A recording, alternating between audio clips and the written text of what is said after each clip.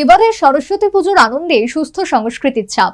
ডিজের সাথে চটুল নাচ উধাও, পড়ুয়ারা বিশেষ করে ছাত্রীরা ধামাইলে কোমর দোলালো। আক্ষরিক অর্থে সরস্বতী পুজোর আনন্দে সাপ্তাহিক সংস্কৃতি হাটের দেশীয় সংস্কৃতির ছাপ। ইতিমধ্যে রাজ্যে উৎসবে আনন্দে অনুষ্ঠানে গগনভেদী বিরক্তিকর ডিজে ব্যবহারের বিরুদ্ধে জোর আওয়াজ উঠেছে। বিধানসভা অধিবেশন থেকে শুরু করে অলিগলি রাজপথে সর্বত্র সাধারণ মানুষ ডিজের বিরুদ্ধে সরব।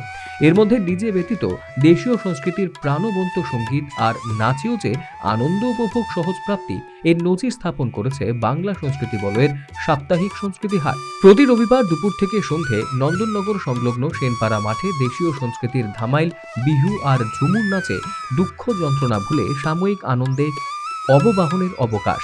ইতিমধ্যে বাংলা সংস্কৃতি বলয় কর্তৃপক্ষ ডিজের বিরুদ্ধে ঘোষণা করেছে যে হাট দেশীয় মাটির সংস্কৃতির নাচ গানের প্রতি আকৃষ্ট হতে জানিয়েছে আহ্বানে সারা যেন এবার বসন্ত পঞ্চমীর সরস্বতী পুজোয়।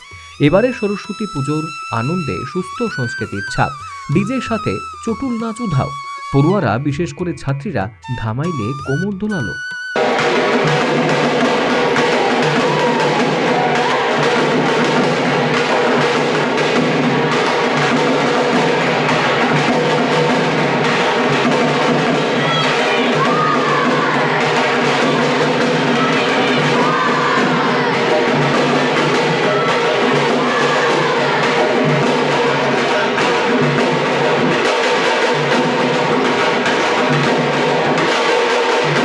আক্ষরিক অর্থে সরস্বতী পুজোর আনন্দে সাপ্তাহিক সংস্কৃতি হাটের দেশীয় সংস্কৃতির ছাপ।